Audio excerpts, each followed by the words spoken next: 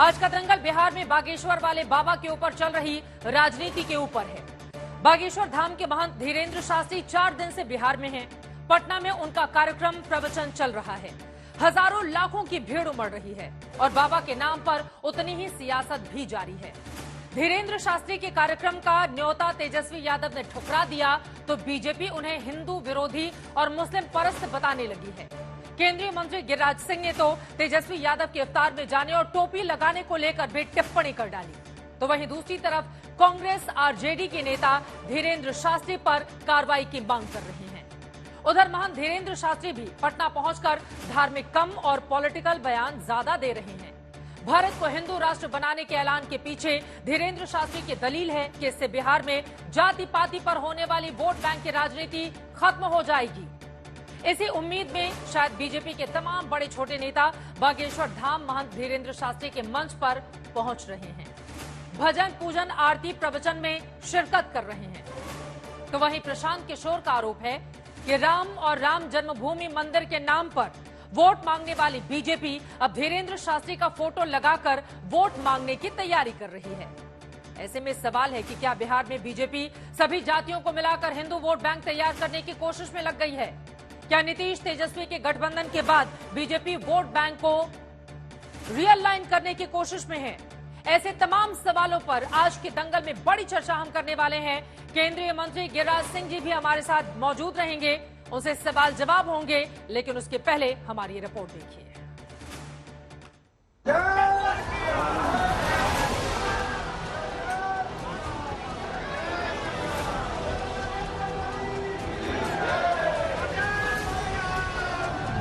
बिहार इन दिनों भक्ति में मगन है। मंच पर, पंडाल में, कार पर, बोनट पर, मंदिर में, रोड पर, जहां देखिए भक्ति भर भर कर उमड़ती है। बिहार में काबा की राजनीति अब बाबा की राजनीति तक पहुंच चुकी है। बागेश्वर धाम के पीठाधीश्वर धीरेन्द्र शास्त्री 4 दिन से बिहार में हैं। अपार भीड़ उमड़ी। पटना 40 डिग्री में तप रहा, लेकिन मजाल है कि गर्मी, भूख, प्यास, अव्यवस्था की जरा भी किसी को परवाह हो। भक्तों के सामने बाबा हैं, बाबा के सामने भक्त। बिहार के लोग सनातन हिंदू एकता का प्रतीक है और हमें तो ऐसा लग रहा भारत हिंदू राष्ट्र की ज्वाला बिहार से ही भभक गई है। एक दिन ऐसा आएगा कि पूरा भारत राममय होगा। एक झलक मिल जाए। लेकिन यहाँ भक्ति तो मुद्दा ही नहीं, मुद्दा है सियासत, जो धीरेन्द्र शास्त्री के पटना आने से पहले बीजेपी बनाम बीजेपी विरोधियों के बीच धमकी, चेतावनी, चुनौती से शुरू हुई तो थम नहीं रही। पहले तो आयोजक डिप्टी सीएम तेजस्वी यादव के घर बाबा के कार्यक्रम का न्योता लेकर पहुंच गए। डिप्टी सीएम से हम मिले हैं, उन्होंने आश्वासन दिया है बजरंगबली की कृपा होगी तो जरूर आएंगे। जनता का जहां भलाई हो वहीं हम अपना समय दें। तेजस्वी यादव बागेश्वर वाले बाबा के कार्यक्रम में नहीं गए तो बीजेपी दाना पानी लेकर टूट पड़ी। उस समय व्यवस्था कहाँ चली जाती है? जब इफ्तार पार्टी में जाना होता तब तो घंटों घंटों बढ़ाते, ऊपर टोपी पहनते, पीछे चादर ओढ़ते।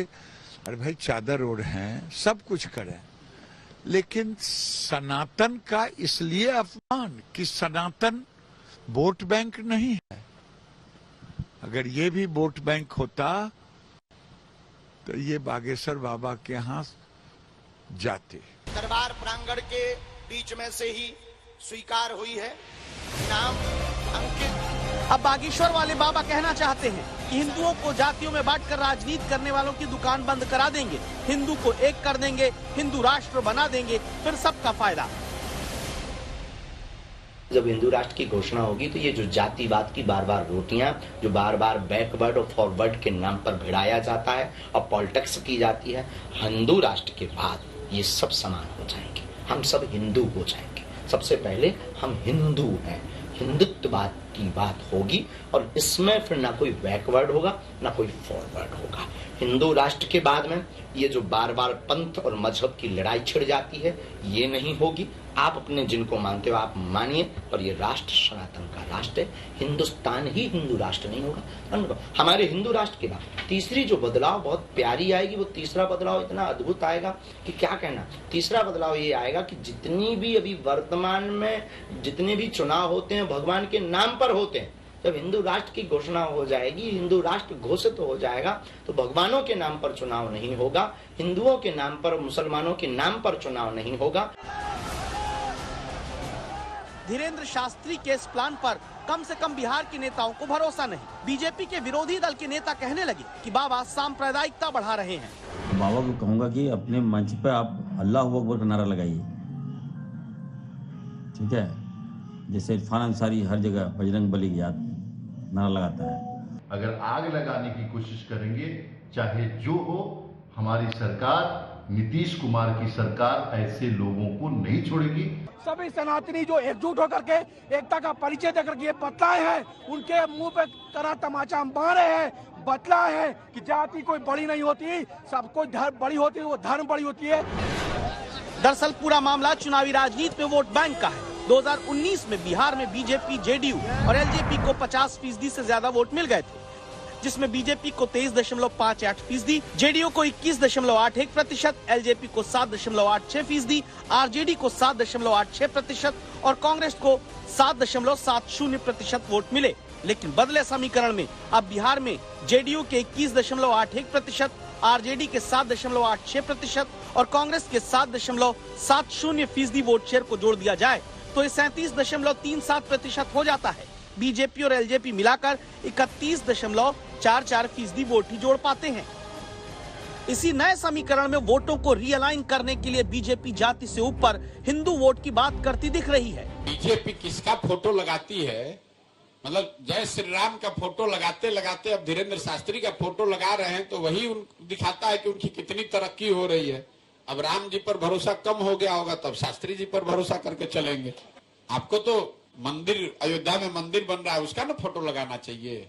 राम जी के नाम पर वोट मांगिए, अब शास्त्री जी का फोटो काहे लगा रहे हैं। बिहार में एक सच्चाई ये भी कि चुनाव में धर्म के मुकाबले जातियों पर वोट पड़ते रहे और जेडीयू के अलग हो जाने के बाद बीजेपी को ओबीसी, यादव और अन्य श्रेणी के वोट शेयर में बड़े नुकसान की आशंका है। यही वजह है कि जातियों में बटी राजनीति को एक करके बीजेपी धर्म के स्तर तक ले जाने की कोशिश कर रही है ताकि 2024 में बिहार में चुनौतियां कम की जा सकें। आज तक ब्यूरो।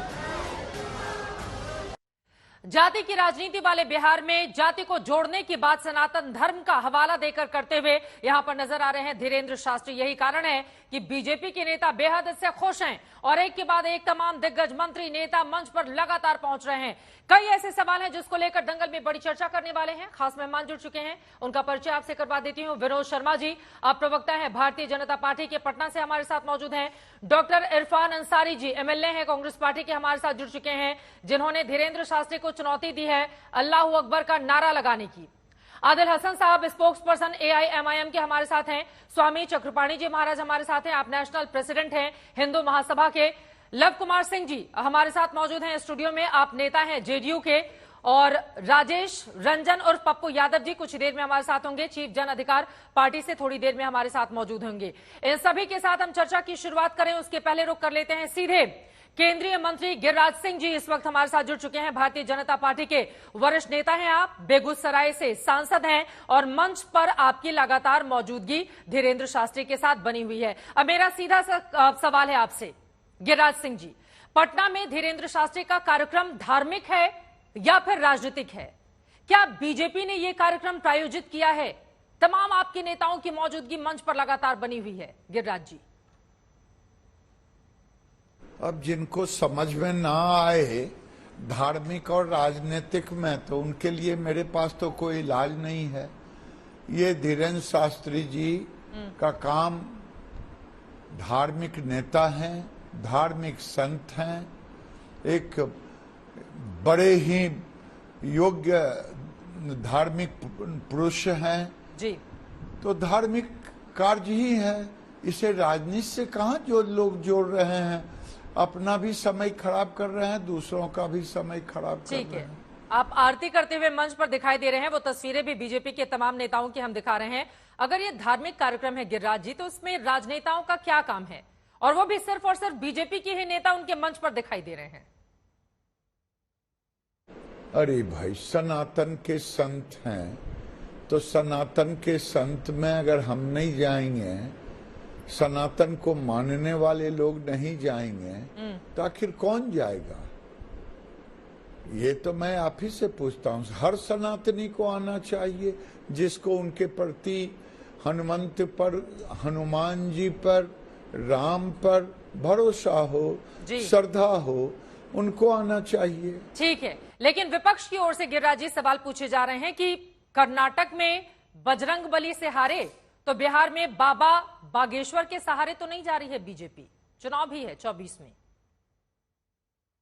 हम कर्नाटक में नहीं हारे हैं, आप उस पर बहस मुझसे कर सकती हैं।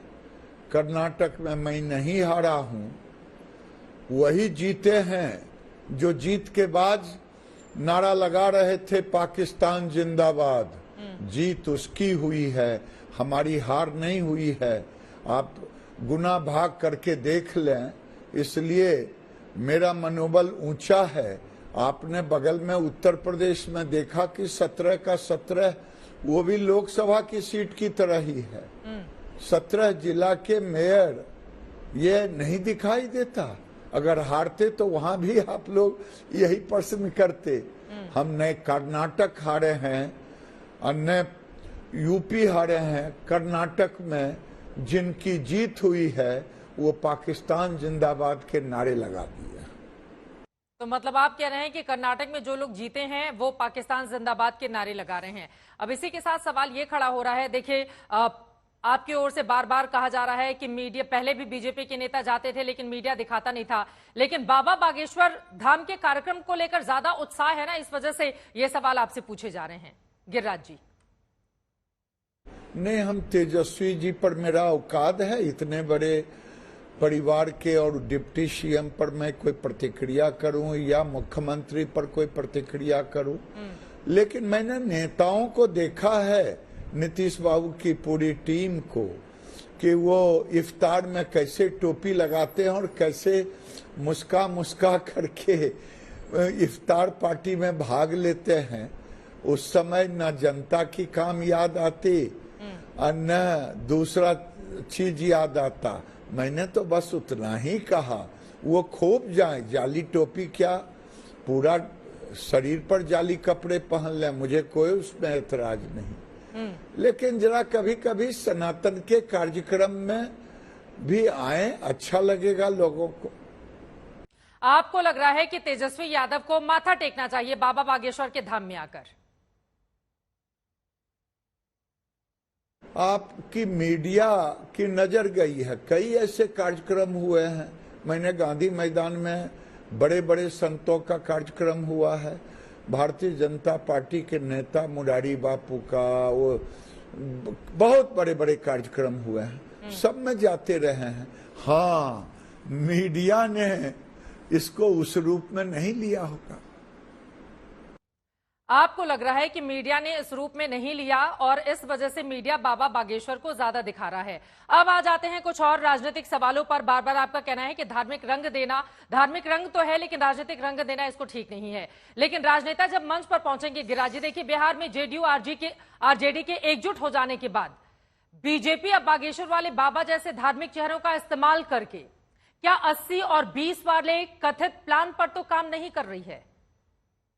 और तेजस्वी यादव का भी आप नाम ले रहे हैं, देखिए, वो टोपी पहनते हैं और इफ्तार करते हैं। का सवाल हो, हाँ। ये बाबा बागेश्वर ने अगर उठाया है तो कोई गुनाह नहीं उठाया है। उन्होंने तो यही कहा कि जब 80-20 में ये हाल है कि सर तन से जुदा हो जाएगा, ये नारे क्या हमने दिया या किसी हिंदू ने दिया? आबादी ज्यों-ज्यों बढ़ रही है, नारे निकल रहे हैं, वारदात हो रही है, पथलें बरसाए जा रहे हैं, तलवारें निकल रही है। कभी हिंदुओं ने ऐसा काम नहीं किया जी। आप किस नजर से इसको देखते हैं मैं नहीं जानता, लेकिन अगर बाबा बागेश्वर ने कहा 80-20 तो कोई गुनाह थोड़े ही कहा किया, वो तो हो ही रहा है और हो रहा है। उस समय इन लोगों की जुबान नहीं खुलती। जो लोग आज जुबान खोल रहे हैं वो नहीं जुबान खोलती। सर तन से जुदा के नारे लगे, सर तन से जुदा हुए, किसी टुकड़े टुकड़े गैंग की जुबान नहीं खुली, क्योंकि इसमें तो खुलेगा ही ना। इसमें क्यों आएंगे लोग? क्योंकि ये तो सनातन का है। सनातन तो वोट बैंक है नहीं। वोट बैंक होता तो आते, ये तो जाति बैंक है। तो जाति बैंक का दुकान अपना खुला हुआ है। लेकिन सूट जिस करता है दिन ना ये सनातन वोट बैंक हो जाएगा, अभी त्रिपुंड लगा रहे हैं ना लोग चुनाव के समय जी, उस समय सनातन के कथा में भी, हनुमान जी के कथा में, राम के कथा में, कृष्ण के कथा में आएंगे। लेकिन ये चीजें आपको सूट करती हैं ना गिरिराज जी? इसी वजह से ये सवाल पूछा जा रहा है कि आज के पहले तो बिहार में किसी भी संत महात्मा की मंच पर इतने बड़े पैमाने पर भारतीय जनता पार्टी के नेता नजर नहीं आए। क्या कहीं से निर्देशित किया गया है कि बिहार जाइए, इनके कार्यक्रम को सफल बनाइए, हिंदुत्व वाली राजनीति कीजिए, हिंदू राष्ट्र बने, उसका झंडा बुलंद कीजिए बिहार में? पता नहीं, मैं ये भी आरोप नहीं लगा सकता। मैंने कहा कि अब धार्मिक कार्यक्रम में बीजेपी के कई बड़े बड़े नेता जाते रहे। चाहे रमेश भाई ओझा जी का कार्यक्रम गांधी मैदान में हुआ, चाहे मुरारी बापू का हुआ, चाहे और हुआ, हम जाते रहते हैं। आपका जिधर ध्यान जाए उससे हमें कोई लेना देना नहीं। ये वाला हमें तो इतना है, थोड़ा खास नजर आ रहा है, इस वजह से ये सवाल पूछा जा रहा है। वहीं जो चुनावी रणनीतिकार हैं प्रशांत किशोर, उनकी ओर से कहा गया है कि पहले तो राम मंदिर बन रहा है, उस पर वोट मांगेंगे, लेकिन क्या वहां पर मामला कमजोर पड़ गया है, इस वजह से बीजेपी के नेता शास्त्री जी के नाम पर वोट मांगने की तैयारी में हैं? फिर मैं कहता हूं, न राम मंदिर पर वोट मांगा गया और न ऐसे धार्मिक उत्सव से वोट मांगा जाएगा। वोट जनता विकास पर देगी। और ये बात जरूर है कि कुछ लोग, कुछ संप्रदाय के लोग जरूर हमें हराने के लिए इकट्ठे होते हैं कि कौन हराएगा गिरिराज को, इसके लिए जरूर इकट्ठे होते हैं। और उस वोट के लिए ये लोग इकट्ठे होकर के दंडवत करते हैं। ठीक है, जिसकी ओर आपका इशारा है, इरफान अंसारी जी हमारे साथ चर्चा में भी जुड़े हुए हैं। उनकी ओर से कहा गया है कि अल्लाहू अकबर का नारा लगाएं बाबा, अगर वो सभी धर्मों का सम्मान करते हैं तो क्या करना चाहिए बागेश्वर धाम को, ऐसा बागेश्वर बाबा को? वो कब से संतों को गाइड करने वाले हो गए, धर्म गुरुओं को आदेश देने वाले या दिशा देने वाले? क्यों लगाए? आज किसी का 1000-2000 साल की पूरी आयु है जी। चाहे मुस्लिम समाज हो, चाहे मुस्लिम धर्म हो, पंथ हो, चाहे ईसाई पंथ हो, सनातन का तो न आदि है। इसलिए हमारे पास तो 33 करोड़ देवी देवता हैं। इतना है कि हम एक दिन में लगाएं तो पूरा उम्र भी ना लगा सके। अल्लाह अकबर जिनको लगाना है वो लगावे, लगा ही रहे हैं ना, इफ्तार खा ही रहे हैं ना, टोपी लगा ही रहे हैं ना, उनके लिए है खुला हुआ। चलिए, बहुत शुक्रिया केंद्रीय मंत्री गिरिराज सिंह जी आज तक से जुड़ने के लिए और आज के इस महत्वपूर्ण विषय पर चर्चा करने के लिए, जिसकी सबसे ज्यादा न सिर्फ बिहार में बल्कि बिहार के बाहर भी हो रही है। और अब सीधे डॉक्टर इरफान अंसारी जी आपके पास ही आते हुए, कांग्रेस पार्टी के आप एमएलए हैं, आपको क्यों लगता है कि बागेश्वर बाबा को मन से अल्लाहू अकबर करना चाहिए? अभी मैं गिरिराज सिंह जी की बात को बहुत ध्यान से, जिस प्रकार से वो बातें कर रहे हैं, वो सनातन धर्म के क्या लेके रहते हैं, बहुत बड़े हितैषी हैं क्या, बहुत जानकार हैं क्या? मतलब इस की बातें मंत्री को शोभा नहीं देते और सनातन धर्म का सम्मान हम लोग भी करते हैं। बात यहाँ ये आ रही कि बागेश्वर शास्त्री जी वो बिहार में जाकर जिस तरह की बोली बोल रहे हैं वो बिल्कुल हमें लगता है कि वो अशोभनीय है और सभ्य समाज में इसकी इजाजत नहीं देती। कौन सी भाषा उनकी अशोभनीय है? अब हिंदू राष्ट्र बनाना है। अरे हिंदुस्तान हमारा है, हमारा लहू से खड़ा हुआ है हिंदुस्तान, जागीर नहीं है बाबा की। मैं कहना चाहता हूँ आपको, अनाप शनाप बोल के आप भारतीय जनता पार्टी के लोग को वहां भीड़ जुटा के दिखाना चाहते हैं कि बहुत भीड़ उमड़ रही है। अरे ये तो आपको जानना चाहिए। मैं बोलना चाहता हूँ गिरिराज सिंह को, मैं बोलना चाहता हूँ कि कम से कम आसाराम बापू जैसा जो उनके आप देख रहे होंगे, उनके जब प्रोग्राम में इससे भी ज्यादा भीड़ उमड़ती थी, क्या हासिल हो गया मैं जानना चाहता हूँ। बाबा राम रहीम के भी जब वो यज्ञ देते थे, इससे भी ज्यादा हमको लगता है कि भीड़ जुटता था। क्या हासिल है बताइए? इनका भी हक यही होता। मैं तमाम लोगों से कहना चाहता हूँ, बिहार में देखिए उनकी उमड़ी भीड़ से डर गए हैं क्या आप लोग, डॉक्टर इरफान साहब? और हिंदू राष्ट्र की वो जो बात कह रहे हैं, क्या बिगड़ जाएगा? उधर से सवाल पूछा जा रहा है कि देश तो संविधान से ही चलेगा, लेकिन हिंदू राष्ट्र की एक भावना है बहुसंख्यक आबादी के भीतर, जिसका जिक्र कर रहे हैं धीरेन्द्र शास्त्री जी। देखिए मैडम, मैं आपसे कहना चाहता हूँ, वो कह रहे हैं जाति पाति की राजनीति खत्म करने का वक्त आ गया है, तो ये अच्छी चीज है ना देश के लिए। केवल देखिए आज भारतीय जनता पार्टी हमें लगता है कि बैकअप है, बाबा को भारतीय जनता पार्टी का बैकअप है। और उनके अनुसार जो स्क्रिप्ट भाजपा लिख रहे हैं वही वो बोल रहे हैं। अभी क्या आवश्यकता थी बिहार में बताइए? एक सेकुलर सरकार का गठन हुआ है।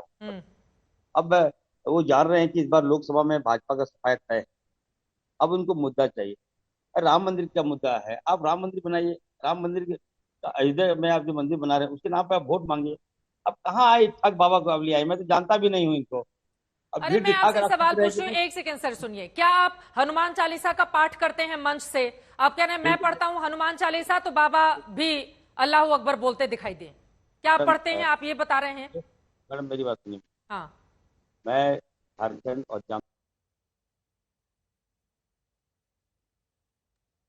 और मैं कई हनुमान मंदिर को मैंने बनाने का।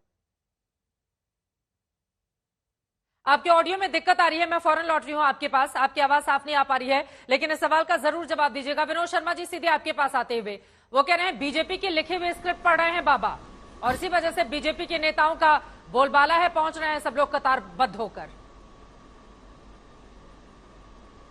चित्रा जी, पूरा देश देख रहा है कि धीरेन्द्र शास्त्री जी का प्रोग्राम पहले से निर्धारित था, बेंगलोर चुनाव के पहले से, कर्नाटक चुनाव के पहले से। और यहाँ आम जनता ने कार्यक्रम लिया है, कोई भाजपा का उसमें नहीं है। जो भी कार्य बना है वो समिति जिसने उनको बुलाने का काम किया है, भाजपा से जुड़े हुए कोई व्यक्ति नहीं है, सभी सामाजिक कार्यकर्ता है, व्यवसायी लोग हैं। निमंत्रण सबको मिला, राजद के आदरणीय लालू जी को मिला, तेजस्वी जी को मिला, आदरणीय मुख्यमंत्री जी को मिला, हमारे पार्टी के नेताओं को ही मिला। तो चूंकि हम सनातन प्रेमी हैं, सनातन धर्म को मानते हैं, हमने इज्जत किया, सम्मान किया, जाके मंच पर आरती किया।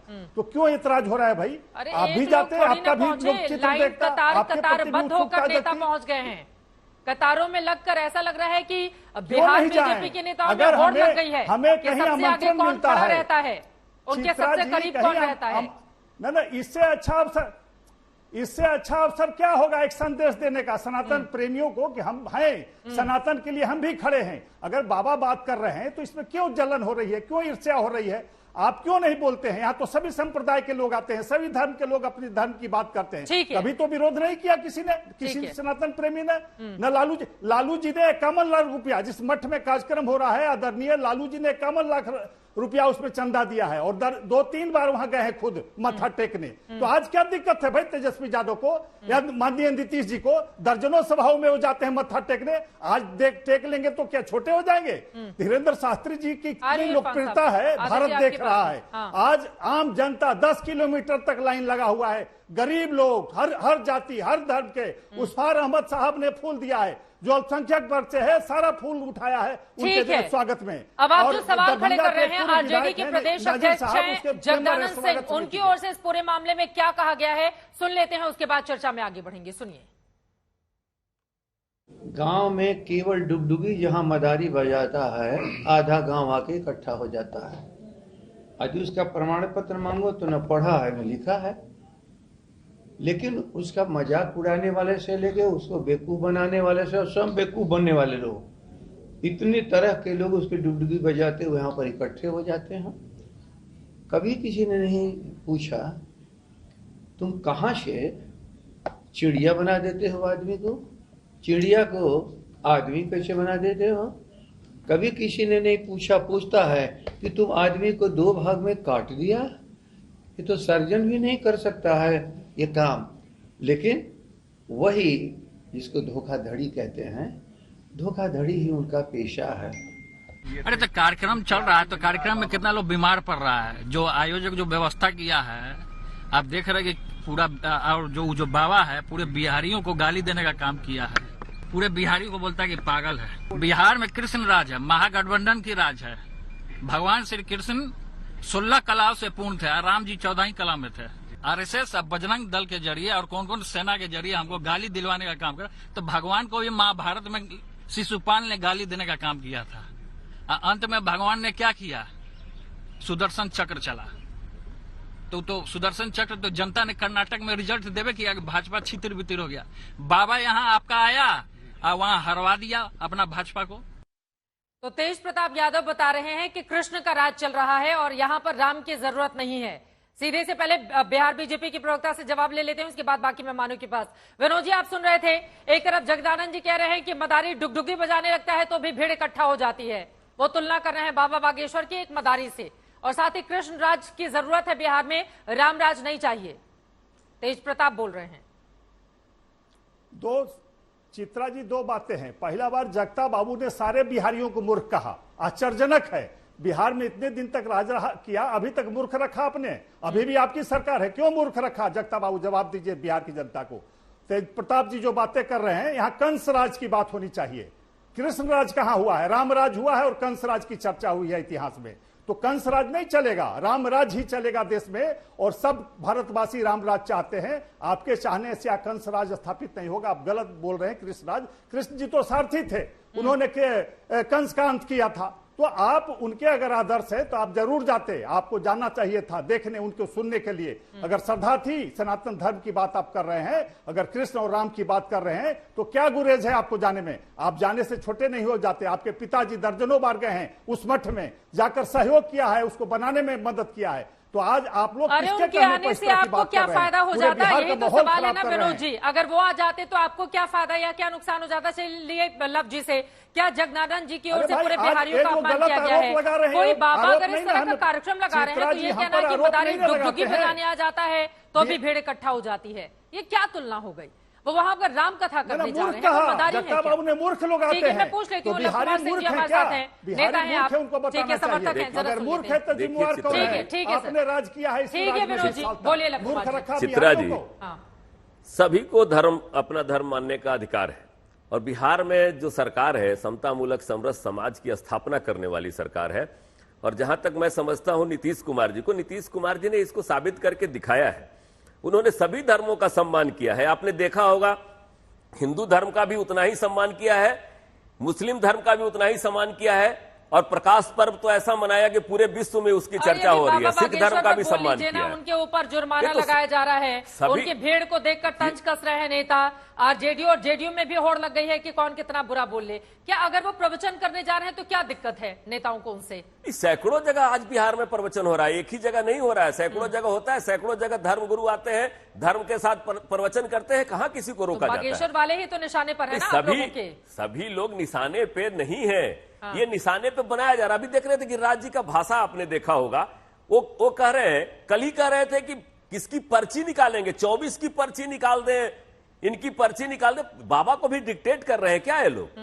गाड़ी ठीक है, मनोज तिवारी चला रहे थे, बेल्ट नहीं लगाए थे, कोई बात नहीं है, वो कानून तो अपना काम करती है, वो अपना काम करती है, कानून अपना कर। ये सुशासन का राज है चित्रा जी, सुशासन का राज है। मैं नीतीश कुमार का समर्थक हूं और आगे भी रहूंगा, लेकिन मैंने देखा है नीतीश कुमार को सभी धर्मों का सम्मान करते हुए। हमारे यहाँ किसी को भी सांप्रदायिक सद्भाव को बिगाड़ने की अनुमति नहीं दी जाती है। अगर वहां पर जाकर ये कहे कि जाति तोड़ो धर्म जोड़ो, तो इस बयान में क्या दिक्कत है?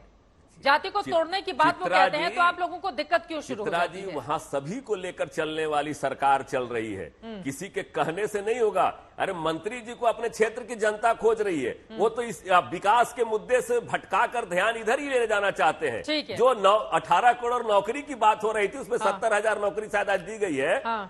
तो उसमें 9 साल में 18 बज रहा था। तो 17,000 90 लाख 10,000 नौकरियां अभी 17 करोड़ 90 लाख 10,000 नौकरियां अभी बाकी है। बात उस पे होनी चाहिए, विकास पे होनी चाहिए। धर्म इनको सूट करता है क्योंकि ये काम नहीं करते। तो धर्म के आधार पर वोट लेना चाहते हैं। क्या हाल है वो भी बता दीजिए। दूसरे राज्यों से तुलना करेंगे अब तो सर मैं फिर बिहार का आंकड़ा लेकर आऊंगी, आप लोग बुरा मार जाएंगे। छोड़ देते हैं, अभी बाबा बागेश्वर पर ही रहते हैं। चक्रपाणी महाराज जी, आरजेडी के नेताओं का कहना है कि मदारी जैसे हैं, भेड़ इकट्ठा कर रहे हैं और इसके साथ ही कृष्णराज है, रामराज नहीं आने देंगे बिहार में, कह रहे हैं तेज प्रताप यादव।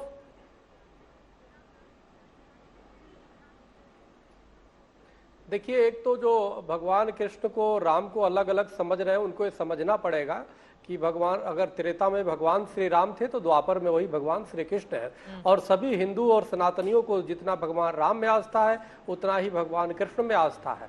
सवाल इस बात का है कि जाकी रही भावना जैसी हरि मूरत देखी तिन तैसी, जैसी जिसकी भावना संकीर्ण है उसी तरह से भगवान की प्रतिमा को देखता है। अब रही बात, देखो अगर शास्त्री जी ये कहते हैं कि जाति पाति का करो विदाई और हिंदू हिंदू भाई भाई, तो जो जातिवादी नेता इस बिहार की धरती पे है, जो जाति जनगणना के समर्थक है, उनके पेट में दर्द होना स्वाभाविक है। वो चाहते हैं कि हिंदू समाज संगठित कैसे हो, क्योंकि इस देश की ताकत हिंदू और हिंदुत्व है। वो हिंदुत्व अगर और हिंदू संगठित हो जाए, और जब संगठित था तो भी ये देश भारत कभी विश्व का गुरु हुआ करता था। लेकिन कहीं ना कहीं वो बिहार की धरती जो एक ऋषि महर्षियों की धरती, माँ सीता की धरती, आचार्य चाणक्य की धरती, एक महान गौरवशाली धरती को जिस प्रकार जातियों में बांट दिया। अरे सुन लीजिए भाई, बीच में क्यों बोल रहे हैं आप? बीच में ना बोलिए, आपसे निवेदन है, आप तो थोड़ा सुनना सीखिए। सवाल इस बात का है कि आप देखिए कि आचार्य शास्त्री जी का कार्यक्रम लगने से पहले वहां की सरकारें चिल्लाने लगी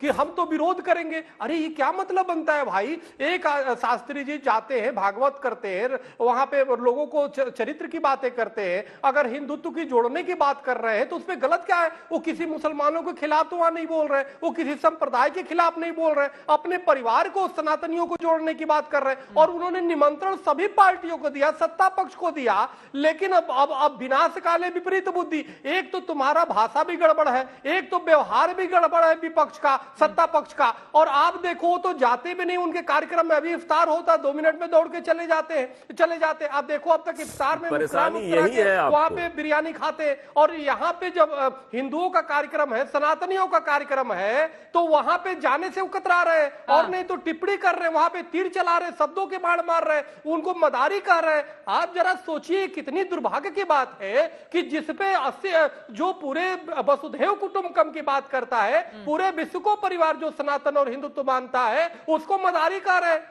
अरे लेकिन आप लोगों की जो भाषा है ना, एक सेकंड, चक्रपाणी जी तो आप लोगों की भाषा, आप लोगों का वस्त्र का रंग, बहुत सारी चीजें ऐसी हैं जो ये लोग मानकर बैठे हैं वो बीजेपी को सूट करती हैं। चाहे हिंदू राष्ट्र बनाने की बात हो वो सूट करता है, जाति तोड़ो हिंदुओं को जोड़ो, यकीनन बीजेपी भी उसी को लेकर आरएसएस आगे बढ़ती है। ऐसे बहुत सारे मुद्दे हैं ना, तो फिर विरोधी दलों को लगेगा ही कि एक बाबा की आड़ में अपने राजनीति को आगे ले जाने की कोशिश कर रहे हैं ये लोग। इस पर जल्दी से आप टिप्पणी कर दीजिए। आदर्श जी फिर फौरन आ रही हूं आपके पास। चित्रा जी, तो आप लोग भी तो सूट करते हैं ना बीजेपी को। चित्रा जी, यह तो इनकी दृष्टि के, देखिए यह तो इनकी दृष्टि में कमी है भाई। अब इनकी जैसी दृष्टि वैसी सृष्टि, इन्होंने मान लिया है पहले ही। आप जरा बताओ कि अगर आचार्य जी निमंत्रण नहीं दिए होते तो समझ में आता कि इनको दुश्मन मानते। वो तो निमंत्रण भी दे रहे, जा भी नहीं रहे, उल्टे गाली भी दे रहे। मतलब ये जानबूझ करके, चूंकि वो सनातन के प्रचारक है, हिंदुत्व के प्रचारक है, इसलिए उनको दुश्मन बना दिया। इसलिए कोई भगवा पाना, इसलिए इनके निगाहों में मदारी और दुश्मन है। तो ये तो प्रॉब्लम इनकी है ना। ये चिकित्सा तो इनकी करानी चाहिए, इलाज तो इनको कराने की आवश्यकता है। और देखो, देश तो हिंदू राष्ट्र 14 अगस्त 1947 को जब पाकिस्तान बना, उस 15 अगस्त को ही हिंदू राष्ट्र हो गया। लेकिन यहाँ के देश के अक्षम नेतृत्वकर्ताओं ने जानबूझ करके सेकुलर, फर्जी सेकुलर बना दिया। हिंदू राष्ट्र तो होना चाहिए। इसी देश का एक विभाजन हुआ, पाकिस्तान बना, एक बांग्लादेश बना। अब देखो अफगानिस्तान में देखो क्या सवाल है। ठीक है, मैं लौट रही हूँ। जरा आदिल हसन जी को भी लेकर आना चाहूंगी जल्दी से सर, एक लाइन में। आप जरा से देखो चित्रा जी, 1 मिनट। आप जरा चित्रा जी देखिए कि ये हमारे मुस्लिम विधायक माननीय बैठे हैं, ये कह रहे सेकुलर का मतलब आप एक हिंदू धर्म गुरु को कह रहे हैं कि आप अल्लाह अकबर बोलिए। अरे कमाल की बात कर दिया भाई। कमाल की बात कर दिया। अब अल्लाह अकबर तुम जबरदस्ती आप बुलवाओगे और बोलेंगे तभी तुम मानोगे कि ये सेकुलर देश है। अरे जो सनातन वसुधैव कुटुंबकम की बात करता है, पूरे विश्व को परिवार मानता है, उसको तुम परीक्षा लोगे? हैं? तुम तो हमें काफिर मानते हो भाई, और आप तो दूसरे को सबको काफिर मानते हो कि जो मूर्ति पूजक है वो काफिर है। आप तो लिखित प्रमाणिक रूप से आप हमें दुश्मन मानते हो। भाई देखो, भाईचारा ऐसे नहीं चलता। हम आपको भाई कहते रहे, आप चारा की तरह हमें चबाते रहो। कभी लव जिहाद करो, कभी मुस्लिम राष्ट्र बनाओ, कभी और अभी भी हिंदू धर्म। भाईचारा एक तरफा नहीं चलेगा। हम आपसे भाई कहते रहे, आप चारा की तरह परेशान करते रहो। चित्रा जी, ऐसा है, ये हिंदुस्तान जो है सभी लोगों का एक समूह है। बाग में सभी धर्म के फूल खिलते हैं, उसके बाद ही बगीचा बनता है। इनको बता दीजिए, केवल हिंदू राष्ट्र जो कर रहे हैं, इनको जानना चाहिए, इतिहास जानना चाहिए इनको। अनाप शनाप बोले जा रहे हैं। अभी बहुत बड़ी हार हुई है मदन कर्नाटक में, वहां पर देश की जनता ने इनको नकार दिया। आपने कहा कि बजरंग बली जी के नाम पर वोट मांगो, लोगों ने नकार दिया। और इसलिए मैं कहना चाहता हूँ, राजनीतिक में धर्म का कोई स्थान नहीं है। और ये जो बागेश्वर बाबा है, बागेश्वर बाबा, ठीक है, अब आदिल जी के पास जाते हुए बहुत देर से वो हमारे साथ है, एक भी टिप्पणी उनकी नहीं हो पाई है, बाकी लोगों का आवाज डाउन कीजिए। लेकिन आदिल हसन जी, ये बातें तो महत्वपूर्ण कही है ना स्वामी चक्रपाणी ने, कि अगर कोई हिंदू धर्म को मानने वाला अपने मन से कहे अल्लाहू अकबर, तभी वो भाईचारे का प्रतीक होगा। ये एक तरफा भाईचारा कब तक चलता रहेगा, वो सीधा से सवाल पूछ रहे हैं। और बाबा बागेश्वर से क्या दिक्कत है आदिल हसन जी? मैडम, वो इरफान अंसारी, मैम हमने कभी दिक्कत की बात नहीं की। हमने कहा ये ड्रामा है बिहार सरकार का। रमजान में मदरसा अजीजिया बिहार शरीफ जला, रोहतास जला, नीतीश कुमार तेजस्वी यादव नहीं गए और ये मंत्री से बुलवा रहे हैं ताकि और लाइमलाइट हो, मुस्लिम समुदाय में डर बनाए कि नहीं तो बीजेपी आ जाएगी। ये ड्रामा है, हमने कभी रोक की बात नहीं की। और जो इरफान अंसारी बैठे हैं, उनसे पूछिए, रांची में एक मासूम बच्चे को गोली लगी थी, उसके घर भी नहीं गए। उसी अफराजुल पहलू खान को जाकर, तबरेज अंसारी के घर इरफान अंसारी नहीं गए। इनका मंत्री है, इनका सरकार वहां पर है। ये इरफान अंसारी क्या बताएंगे? ये तो चाहते ही है कि कोई वोट बैंक हमेशा हिंदू मुस्लिम की बात हो और कांग्रेस को वोट मिले और भाजपा उधर मजबूत हो और मुसलमान डर के इनको वोट दे। हमने कभी बाबा का विरोध नहीं किया। गांधी मैदान में सरकार को प्रोग्राम करना चाहिए था, सरकार को जो सुविधाएं देना चाहिए था आयोजक समिति से, मामला ठीक रहता। एक मंत्री बुरा बोलता है, एक मंत्री सपोर्ट करता है। ये नीतीश कुमार ड्रामा कर रहे हैं क्या? और जो भी भाजपा के सांसद गए थे, चाहे अश्वनी चौबे हो, गिरिराज सिंह हो और रिंकी के जो एक आपके मनोज तिवारी हो और एक चौथा एक और आपके सांसद गए थे, सबका टिकट कटने वाला, आप नोट कर लीजिए। इसलिए जाकर स्टेज पर ये ड्रामा कर रहे हैं। हम बाबा का सम्मान करते आए, बिहार में जो जो प्रोग्राम करना है करें, लेकिन ये डर दिखाने की बात करते हैं। तेज प्रताप यादव क्यों बोल रहे हैं? मुसलमानों को डर दिखाना चाहते हैं। न बिहार का मुसलमान डरेगा, न देश का मुसलमान डरेगा। हम चाहते हैं कि इंसाफ हो, जो संविधान कहता है वो हो। और उन्होंने कहा कि 15 अगस्त को ही हिंदू राष्ट्र बन गया, तो बाबा साहेब अम्बेडकर के संविधान से बड़ा है क्या भाजपा? या सरदार पटेल से भाजपा बड़ा है क्या? या पंडित नेहरू और महात्मा गांधी से भाजपा बड़ी है क्या? उन्होंने देश की आजादी के लिए कुर्बानी दी, उस वक्त भाजपा ही नहीं थे, कहीं कभी भाजपा के लोग नहीं थे। ये ड्रामा बिहार सरकार कर रही है। 3-4 दिनों से गांधी मैदान में प्रोग्राम कराती, सुविधा देती, सरकार आयोजक से पैसा लेती, जो जरूरत था होता। ये ड्रामा, तेज प्रताप कुछ बोलते हैं, तेजस्वी कुछ बोलते हैं। ये क्या चाहते हैं? हम ना अफ्तार पार्टी मांगे थे, ना हम मुशायरा चाहते हैं। अब बिहार शरीफ में मदरसा जल गया, ये गए नहीं, ये ड्रामा करने लगे अफ्तार पार्टी का। हमने कभी अफ्तार पार्टी नहीं मांगा। नीतीश कुमार वही पैसा जाकर मदरसा अजीजिया में दे देते, तब समझते हैं दिखाना क्या चाहते हैं अफ्तार पार्टी करते। हमने कभी अफ्तार पार्टी नहीं बोला था। ये भी पाखंडी है और वो भी पाखंडी है। बिहार सरकार के वो सीधे सवाल खड़े क्यों नहीं गए? क्यों नहीं गए इरफान अंसारी मुदस्सिर के यहाँ? मुदस्सिर क्या क्यों नहीं गए? गोली लगा तो जाकर पूछिए वहां पर। मॉब लिंचिंग झारखंड हो रहा है, इरफान अंसारी के मुंह में बोली नहीं है। बात कर रहे हैं आप? हाँ, ये झारखंड में सेक्युलर सरकार है। आपसे ज्यादा ड्रामाबाज पैसा लेके पकड़ाया, आप बताइएगा। अरे पैसा लेके कलकत्ता में पकड़ाया, पैसा लेके बताओगे इरफान अंसारी? आप बताइएगा हमको? पकड़ाए हो, बताओगे हमको? पैसा लेके भाजपा के सरकार का, भाजपा का पैसा लेके पकड़ाए हो, दुनिया नहीं देखी है क्या? भाजपा है। हाँ, पैसा लेके पकड़ाए हो, भाजपा आ रही है। हाँ, भाजपा से डील कर रहे थे, मेरे बोलोगे आप? बीच में भाजपा आ रही है। मुसलमानों का क्या हाल है झारखंड में नहीं पता है। हर दिन भाजपा मुसलमानों का क्या हाल है नहीं पता। हेमंत सोरेन क्या कर रहे हैं? हेमंत सोरेन दाल नहीं गलेगी हो रहा है, मुंह से बोली निकलता है। हो या भाजपा, यहाँ हम लोग भाजपा की दाल नहीं जमशेदपुर में क्या हुआ पता है यार? हम लोग यार मुस्तैदी से सबसे रक्षा कर रहे हैं। हमारे सीएम, हमारे उससे बड़ा हेमंत ये काम कर रहे हैं। कांग्रेसी एमएलए, ये कांग्रेसी एमएलए उससे बड़ा ड्रामाबाज है। इन लोगों को कहाँ से लाते हैं मैडम? कांग्रेसी एमएलए मुसलमान को डराएंगे? महसूस चैनल है मैडम, क्यों लाते हैं लोग, क्यों बिठाते हैं? ये लोग बीजेपी के बी टीम है, ये भाजपा ही तो कांग्रेस से सस्पेंडेड एमएलए ये लोग बी टीम रहते केवल देखिए मैडम, जाकर पैसा लिए जीती थी महत्वपूर्ण है, वो उनको खारिज नहीं किया जा सकता है बिहार की पॉलिटिक्स में। इरफान जी, क्लोजिंग कमेंट जल्दी से 2 लाइन में। हाँ, क्यों आप बोलिएगा? ये ड्रामा जाके मुदस्सिर के घर में रांची में जाके तब समझेंगे। ठीक है, भारतीय जनता पार्टी मैडम, एक मिनट सुनिए मैडम, ठीक है आदिल हसन जी, अब सुन लीजिए, आपने बहुत सारे आरोप लगाए हैं, इरफान जी से जवाब ले लेते हैं। मैडम, झारखंड से मैं कहना चाहता हूँ, जो बातें ये बता रहे हैं प्रवक्ता एआईएम के, उनको अपनी गिरबान में झांकना चाहिए। बीजेपी की सरकार अगर बनी थी बिहार में, इन्हीं की देन। उत्तर प्रदेश में आज भाजपा की सरकार बनी है तो इन्हीं की देन है। इसलिए मैं कहना चाहता हूँ, इनका दाल हम लोग नहीं गलने दे रहे हैं यहाँ पर झारखंड में, इसलिए बौखला गए। तो निश्चित तौर पर मैं कहना चाहता हूँ मैडम, आप मेरी बात सुनिए, एक सेकुलर देश में जाति धर्म की कोई महत्व नहीं है। ये बागेश्वर बाबा जो आए हुए हैं मैडम, उनसे कहूंगा ये लोकसभा चुनाव तक ही इनकी आयु है, लोकसभा चुनाव। ठीक है सर, इरफान साहब आप कह रहे हैं सेकुलर देश में जाति और धर्म के लिए कोई जगह नहीं होनी चाहिए, तो उसे बिहार सरकार को समझाइए भी, जो जाति की राजनीति को आगे बढ़ाने के लिए जातिगत जनगणना करा रही थी, जिस पर कोर्ट की ओर से रोक लगाई गई।